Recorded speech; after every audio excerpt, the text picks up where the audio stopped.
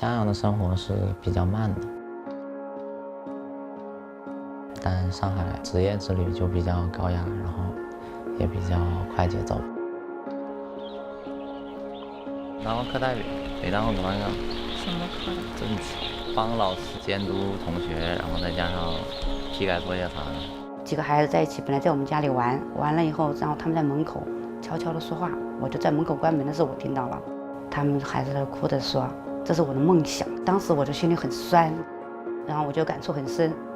我说：“既然是你梦想，我就给你机会。”爸爸妈妈从小给我的生活宗旨就是健康快乐，没有其他复杂的。很幸运生在这个家庭吧。你的英文？那是英国打野吗？哎呦，别人阿姨怎么知道英国打野的？因为我经常关注你策划呀。我那时候还跟儿子说，我说你既然进了这一行，你应该感谢你妈，要不至于我这么那个妈，你进不了这一行的。他做这个确实非常牛火。我们看他有一回比赛的话，然后当出镜情况下，头发全白完了，他上来麦，当时确实很心疼啊，不说让人心疼了，让人心碎啊。因为看到儿子那一刻，我也不知道这个幸福滋味是啥。经常会感觉很累，但不会想着放弃。打职业是我现阶段人生最重要的事情了，然后现在是愿意为它付出全部的。自己选的路一定要走下去。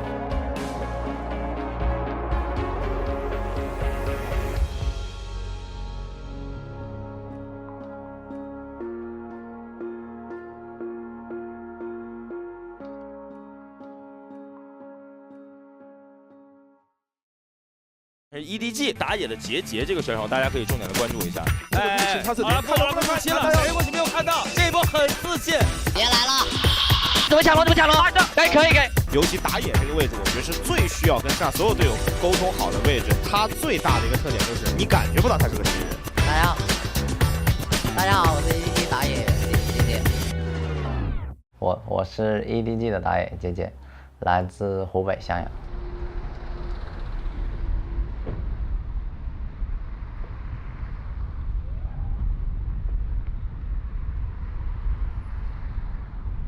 这是什么江啊？汉江，对，汉江。我们现在在的是汉江，这条江名叫汉江。我们现在这座桥是叫做凤雏大桥，旁边还有一个叫做卧龙大桥的，因为诸葛亮是在我们襄阳这里。襄阳这一个城市由一条江所组成，分为了襄城区和樊城区。一年在家的时间大概2个月到3个月左右，就完全是根据放长假的时间来规划回家的事，安排和朋友一起聚餐，然后叙旧吧，剩下的时间就宅在家里。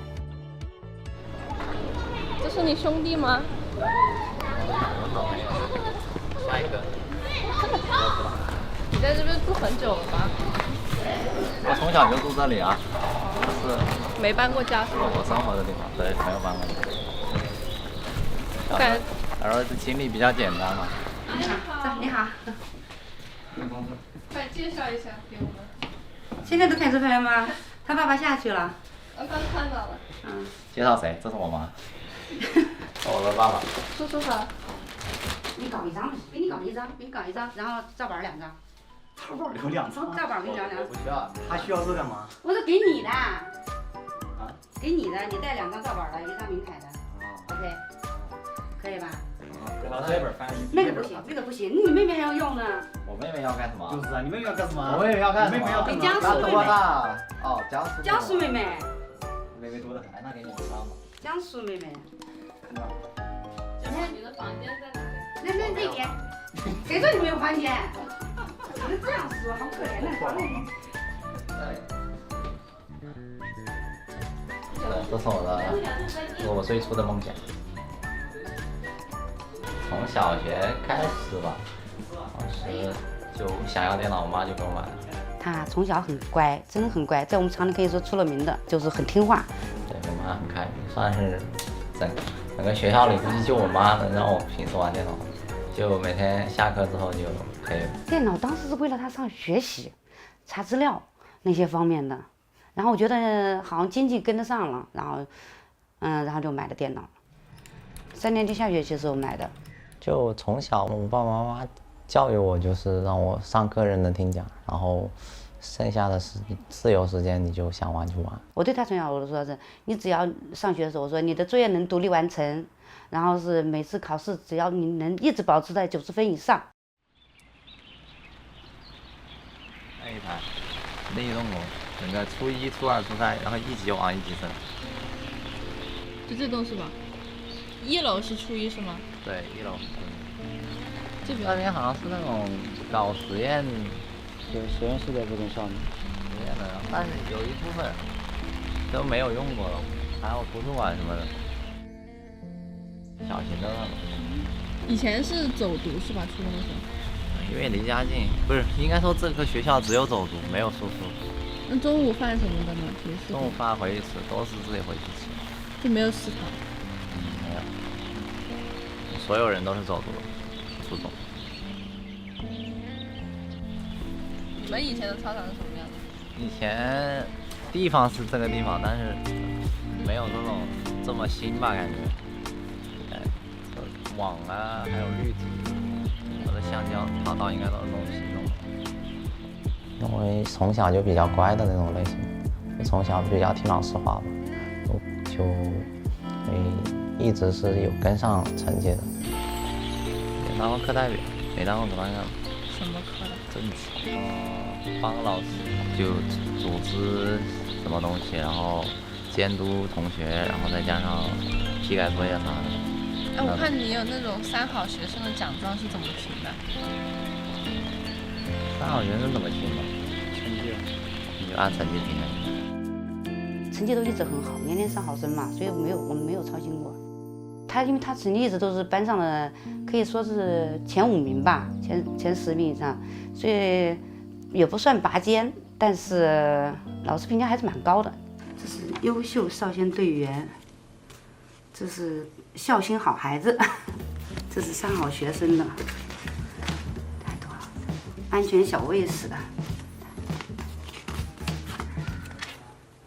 这也是孝心好孩子，这是团员证，2015年入的，年年都是 A 啊 U 啊，都是 U。那是小学的时候。很小的时候有想当歌手，因为当时小时候很喜欢唱歌。后面到初中接触游戏之后，我就想当职业选手。当时小的时候还没有变声器的时候，那时候就什么歌都能唱，就感觉音域很广。现在不行，被上帝剥夺了嗓音。这是买那个闹钟的时候，他很喜欢，然后给他放闹钟在家里面拍的，他很开心。第2张呢？这个是在学校表演节目的时候拍的，这张变化不大，但是这是小时候看的还是那个变化大，是不是？你是喜欢他胖嘟嘟一点还是瘦一点？主要现在长到1.8米几了，太高了，所以还是要有点肉，应该有个160左右，应该差不多。小时候挺自闭的吧，就感觉挺内向的，就不太愿意主动跟别人打交道吧，我自己干自己的事情，然后也是比较害羞的那种感觉。上高中时候也还有点内向，但只是跟自己比较亲密的朋友啊，或者跟家人话多一些，但是见到外人还是比较内向。然后现在可能到俱乐部以后，感觉他性格变得很开朗。你好。来，吃个一个了，美女帅哥，来吃饭了吗？来，坐吃饭，好吧？姐吧，给我们介绍一下呗。这个是我大姨，这是我姨夫，然后这是我弟弟妹妹。打个招呼。你好。你们好，哥哥姐姐好。这个是我的婆婆。里面做饭的是我姥爷。老姨做饭。姥爷做饭。姥爷好。坐来啊。坐来，跟这个坐一起。快弟弟快来。我在这个企鹅电器里面搜过你的那个账号，1万多粉丝。厉害吗？厉害。羡慕吗？羡慕，好想要啊！你是不是他的粉丝？嗯，是的，然后关注了他。你看他比赛吗？看过一点儿，但我几乎没时间看赛。我一般在我寄宿学校上学呢，回家的时候要写作业，基本上还看。你会玩吗？那游戏？都能转。不会，我不玩这些游戏。那你现在平时在玩什么？不能跟你透露，你不是说。一般放假回来了会跟他们聊，就是平时的生活。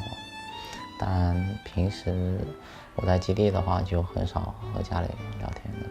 你们俩会跳舞吗？他会跳，上一个考8级了。啊，我说几句啊。再见。Long ago, there was a cute girl. Her name is Cinderella. Her mother was dead, and her father loved her very much. 这一段英文是那个《灰姑娘》剧本里面的一个开场白。我的英文这是英国打野吧？还有别的？阿姨怎么知道英国打野的？因为我经常关注你们策划呀。阿姨也冲浪。经常每次都给你们签到啊，然后投票啊。策划社区里面有的立级签到里面，ED级也是11级，Webos 才到了8级了，还有明凯的 Scout 的，都是11级。小翔的。那你妈妈是你第一个粉丝吗？可以这样子吗？我是我的第一个粉丝。家里就对我而言是最舒服的一个地方，不用受到任何的约束吧，想干嘛就干嘛那种感觉。很幸运生在这个家庭吧。杰宝，好，转一下。杰宝这里面菜的话，我看啊，这些，蒸肉类的，这些蒸肉类，他吃东西很刁的。其实说实在的，吃肉，正儿八经他吃的东西今儿还没弄，什么千张啊那些东西，瘦肉啊那些东西。还有一个叔是就是比赛的时候都是会看对吧？哎，你还别说，我看，他看的少。之前我要看比赛，我是没常着看，我不知道。他是偶尔看一下，他有时候看不懂。他看热闹，他看不懂。刚接触的时候应该也不太懂。那肯定的，我连英雄都不认识那时候。后来看多了也慢慢知道了。对呀。那姐姐招牌英雄是？下。最开始玩英雄联盟的时候，感觉很难吧。我当时记得第一盘就给我玩了个什么维克托，就贼难玩的那种，我技能都换不懂，就感觉不好玩。然后后面跟着周免玩的，免费什么英雄我就玩什么，比较秀的英雄嘛，杰亚索、盲僧、瑞文那种，就越秀的英雄玩的越好。从小学开始，其实我玩其他游戏也是上手比他们要快，所以就感觉玩游戏这方面还是比较在行的，因为同龄人没有几个跟我水平差不多。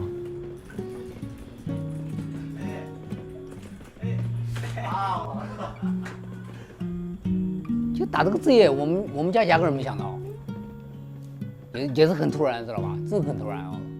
就觉得自己的水平就能打吧，当时就觉得想去试试，因为感觉就把爱好做成工作的话会挺有趣的。初3，他说妈，我想去弄这一行，然后我没同意，我说你还小，毕竟上学是为主嘛，然后那时候没同意。后来是他达到王者以后，他跟我说，我现在是进入韩服100了，现在我有信心什么的。当时也还是没有同意。高1以后又提了一次这个事儿。他们前面就没当回事嘛，但后面有比较跟他们很严肃的说过之后，他们很反对的，因为他们不懂，当时被骂得蛮惨的。刚开始也是有点不愿意。我当时不了解的时候，我跟他说，我说这就是几年的青春饭嘛。然后你过了这几年以后怎么办呢？然后他跟我说，哎，这个你不用担心，过几年如果说是不打比赛了，我还可以做直播，做一些幕后，做什么都行。最主要就是因为他那次几个孩子在一起，本来在我们家里玩，完了以后，然后他们在门口悄悄的说话，我就在门口关门的时候我听到了，他们孩子在哭着说，这是我的梦想。当时我就心里很酸，你知道吧？因为我们那时候那个年代吧，梦想很难实现。然后我就感触很深，我说既然是你梦想，我就给你机会。因为他要辍学噻，这个是很大一件事，可以这样说。每个家庭，任何一个父母肯定很难接受。我就跟他说，我说我给你1年半时间。他说你给我1年时间，让我去完成。我说我不想让自己后悔，我也不想让你后悔。1年半的时间，然后不行了，我们重新去上高中。我当时跟他爸爸谈的时候，那时候他爸也不理解，这样子就在这个房间。他爸爸那时候说是实在话，他不支持。我的期望就是你上好点大学，对吧？安安稳稳的你自己找个工作。因为我们那一辈子是苦过来的，知道吧？肯定是希望他上个好，不上个好的大学。以他那个成绩来说，你就上个一般的大学，你也能安安稳稳的度过这段时间。我们家都安安稳稳的，你在外面闯荡的话，父母肯定是操心的。我跟他妈2个人在家没事干，是吧？有时候嘴上说不操心啊，知道吧？怎么样的？你再不操心的话，自己的话是在外面，可能不操心吗？不可能嘛。他当时情绪有点激动，他把孩子有点想往外撵的那种意思。他说你要离家出走你就走，就好像这样撵他出门。我当时我就反正哭了吧。我说我就这一个儿子，我说你以后不管什么这事儿我兜着我担着，不管他以后怎么样，反正我说已经说好了2年给他时间，以后有啥事儿我负责。反正当时也是闹了一场，赵宝当时也哭了。你看他哭我也很伤心。他走这条路确实非常辛苦啊！我们看他有一回比赛的话，然后当出境情况下，头发全白完了，他少年白，当时确实很心疼啊！不说让人心疼了，让人心碎啊！因为看到儿子那一刻啊，我也不知道这个辛苦值不值得啊！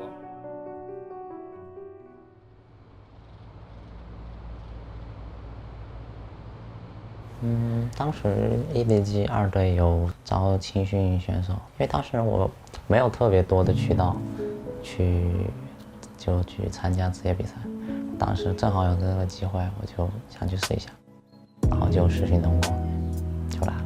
当时的情况是1队缺打野，然后进来之后本来是要直接去1队打，但是当时有规则需要在LDL打满5场。然后我就在那里打了几个月吧，然后就上来了，运气拉满，也不知道为什么。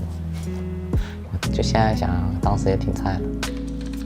OK 的时间到了，放下，打快你逼了。瞎子能到啊，瞎子必然能到。中线再打一波吧。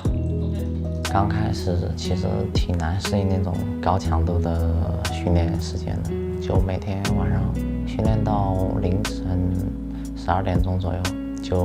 我就会腰会特别痛，有的时候就很难过的时候，半夜就绷不住，就发泄一下吧，因为没有什么发泄情绪的方式。然后后面每天打着习惯了之后就还好。打职业是带着觉悟来的，所以苦一点什么的都还好，能接受吧。因为自己选的路一定要走下去。打职业一路成长到现在嘛，你有没有觉得哪个时间段对你来说是最困难？哪个时间段最困难？就是打 WE 那段时间。乱了，听我说乱了，他没打野，想要击乱了 ，OK。啊，可惜，走，要走，无所谓，走，没事。今年我们本身是一个很高的目标去打的，说完就很萎靡吧。就是队友之间的很多不团队吧，就是没有特别去在意队友正在干什么这种情况，就是可能更多的集中在自己的这方面吧。然后那天打完之后也是明确的就和队友去指出来一些不好的习惯吧。队友对我，还有我对队友的所有的，就尽量去做到让队友放心这种感觉。说的就是那种我们得出来的结论，瑞兹打不了，像第2把那个阵容，就是按理来讲瑞兹发挥不了的阵容，但打的感觉，我感觉我对瑞兹一点限制没有。因为第2把是完全打不了的，就已经说明我们的理解是不是出了很大的问题。那一战之后，我是比较更看重我自己的一些想法了。我会将我自己的想法就如果我觉得是正确的，我会让队友去来配合我。以前这种情况是很少的。等会儿准备进了，走吧走吧，我换这里，我换这里，从右边走。哎，看到了，信了。对，有果子，哎，可以，应该也会死，杀。死了。他走那个，我杀了 ，OK， nice。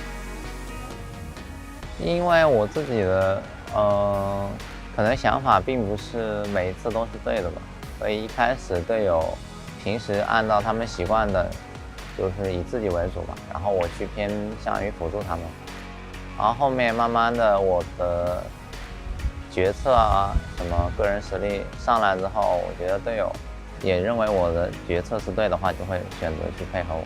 他也打了不少时间吧，1年2年半了吧。我希望他不能以个人能力去打比赛，我希望他遇到好的队员，能好好的就是5个人打比赛啊，心平气和的去打比赛。没事 ，AD，OK， nice。给我忙，可以，杀，nice，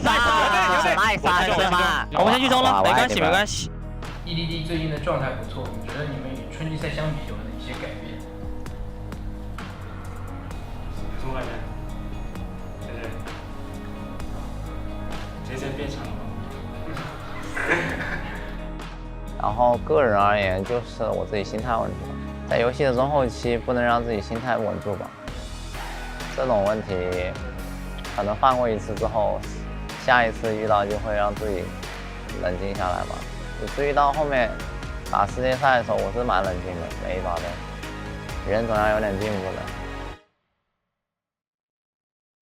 王子直接干大了，把门顶上了，你看从那边到了许修复许救，看见准备了。其实前2年都有实力不够的感觉，无论是很多英雄啊，以及我们队伍很多打法都不太适合，导致很多局输的都没有办法的那种感觉。像今年阵容补强之后，就感觉大家都很厉害。我是怎么？我怎么牺牲？你跟我一起熬夜。可以，是就行。你想一起告诉我？没问题啊，可以。我就是把他打飞，但你上路会亏东西。我无所谓，可以接受。来冲！集中！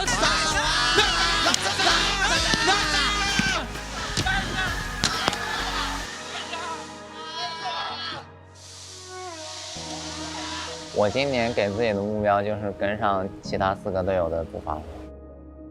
今年成绩这么好，我觉得我应该是做到了最初的约定。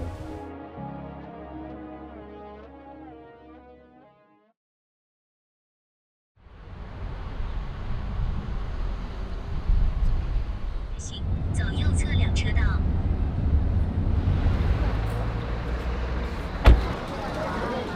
这是襄阳附近比较有名的一家牛肉面吧，然后全靠口碑然后堆起来的。想吃牛肉面的话，就会叫我爸爸妈妈来帮我买吧。这个应该挺快的。就是不知道现在我们买完之后要坐哪里，这是一个很大的。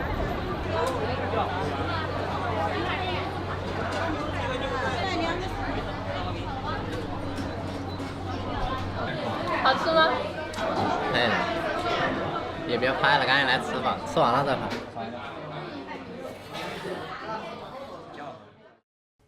赵礼杰的名字是这样的啊，我姓赵嘛，然后他妈妈姓李，一个姓赵，一个姓李，就叫赵礼杰，这样取出来的。当时写了个李嘛，比较麻烦嘛，然后就是礼貌的礼嘛，这样的。我可以这样说，我从小对他的期盼就是，只要他健健康康、平平安安、快快乐乐。我从小就是这样对他的，我只希望我的孩子健健康康、快快乐乐。我的要求就这么简单。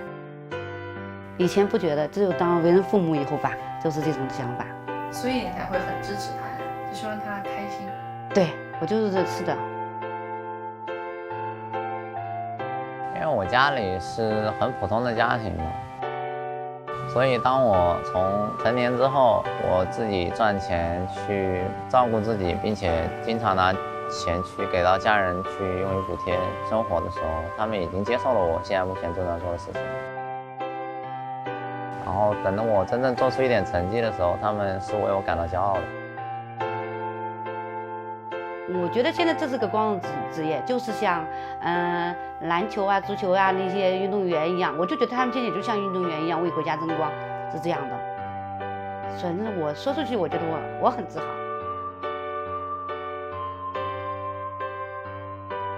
获得2021年度最佳打野奖项的是年度最受欢迎选手是谁呢？之前爸爸采访都很心疼你的孩子，他们感觉你很辛苦，但是不知道这么辛苦值不值得？你回答一下这个。我觉得我能一直做我自己喜欢的事情就非常的值得。我不希望跟他说我真正就做出来什么成就没什么样的，我只觉得我能做自己喜欢的事情就足够值得。恭喜杰杰！好的，让我们有请获奖嘉宾2021全球总决赛冠军打野杰杰。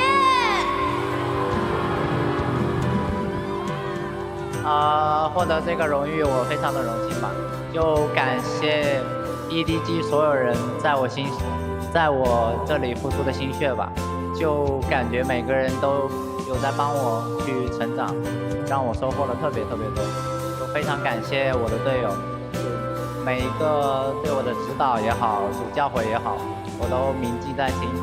相信我吧，我会在接下来的1年用我最好的状态来迎接你们的期待。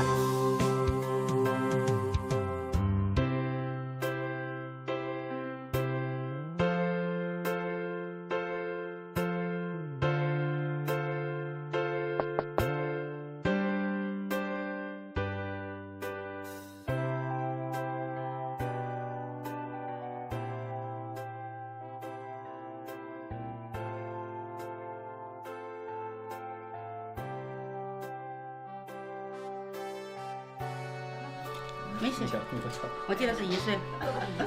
哦，对，是1岁，指了1个指头，指了1个指头，看到没？指了1个指头。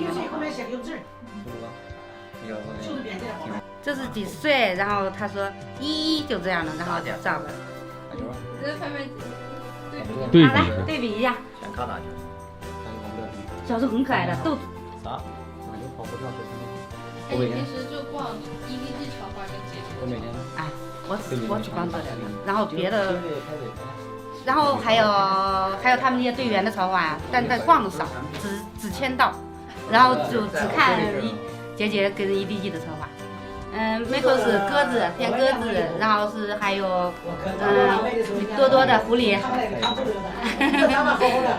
那除了杰杰以外，有没有比较喜欢的？比较喜欢 Miko， 我喜欢他的皮肤，那个你想皮肤呀什么的那些，我觉得皮肤好，很可爱。我还经常跟儿子说，我要去俱乐部，我好想捏捏他的脸。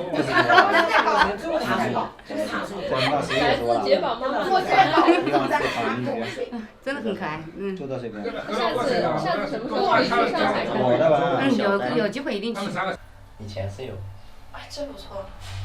为什么会往里面投钱？这种想法？就许愿了。一有什么好的想法就往里面丢一个，双手合十。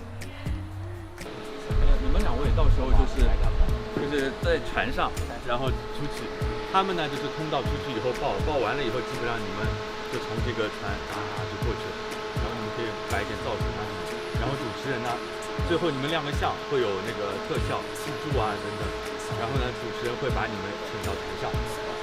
好，要试做一次吗？对，我们现在就是走这个流程。你们谁带那个2位老师上船？现在船开没问题吗？你们要试试看？应该没问题。现在不是，这是空的呀！哇！等一下，有没有受伤？等一下，这个我拿。不是这边。我不行。我要去换个衣服。那换个衣服，不好意思。你虚浮到了，你去换你去。我以为那是我的。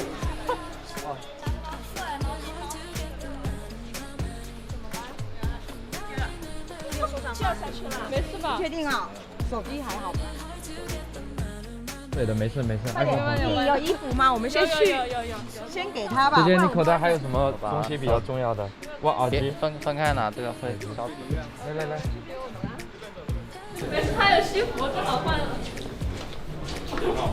你干嘛去了？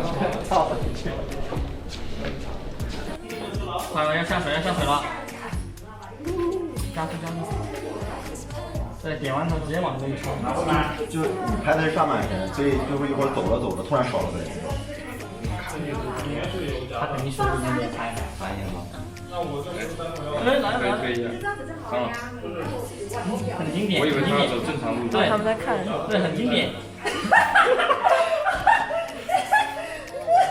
我给旁边工作人员吓坏了。我已经不行了，我真不行。有人分哪个？